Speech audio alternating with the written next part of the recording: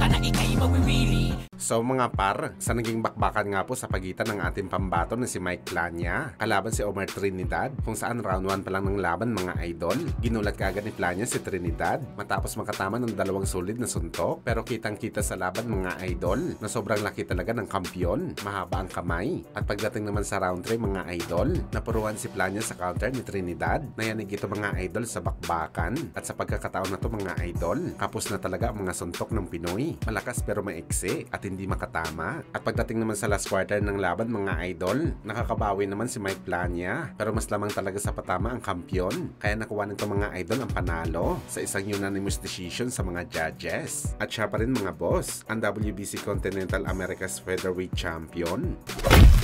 Sa kabilang banda naman mga idol, usap-usapan nga po sa social media ang naging komparison ng ating pambansang kamao Manny Pacquiao at current WBA Lightweight Champion Gervonta Tank Davis. Kung saan mga idol, marami ang nagsabi na mas magaling na daw si Tank Davis na lightweight kumpara kay Pacman. Nakawalong laban na daw kasi mga idol si Davis Boy sa 135 pounds. Pero hindi pa ito natatalo at lahat ng panalo nito via knockout, maliban lamang sa naging laban nito kontra kay Isaac Pitbull Cruz. May mga boxing fans pa nga mga idol na nagsabi na sakaling maglaban man daw si Tank Davis at Pacman sa lightweight, papatulogin lang daw ni Davis Boy si Boss Manny. Well, nakakatawa lang isipin mga idol na nasasabi ng mga ilang boxing fans ang bagay na to, na mas angat daw si Tank Davis kay Pacman sa lightweight. Gayon pa man mga idol, halos 7 years na po si Tank Davis sa 135 pounds, pero ni isang kampiyon wala pa siya may tinalo. Si Pacman bago lisanin ng lightweight, 3 kampiyon at dating kampiyon ang kanyang tinumba, at maraming mabagsik na mga contender. Si Tank Davis si Ryan Garcia pa lamang ang malakas na tinalo nito sa lightweight, pero piniga pa ito sa bakbakan. At sa 8 laban mga idol ni Davis Boy sa 135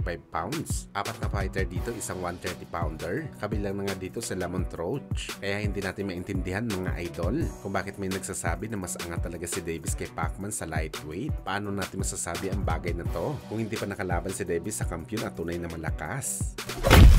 Samantala matapos nga po pumirma ng kontrata si Ryan Garcia sa kamalmahalan Turkey Al Sheikh para maging parte ng kanyang promotion sa Riyadh season, kung saan napabalita mga idol na posible mapalaban si Bagito sa isang tune-up fight bago ito makipag-rematch kay Devin Haney sa buwan ng October. At ang napabalitang tune-up fight mga idol ni Bagito, walang iba kundi si Teofimo Lopez Jr. Rumors pa lang ito mga idol, pero sakaling kung si Lopez talaga makalaban ni Ryan sa Mayo, ibang klase mamili ng tune-up fight si Ryan. Kampiyon sa 140 pounds tune-up lamang.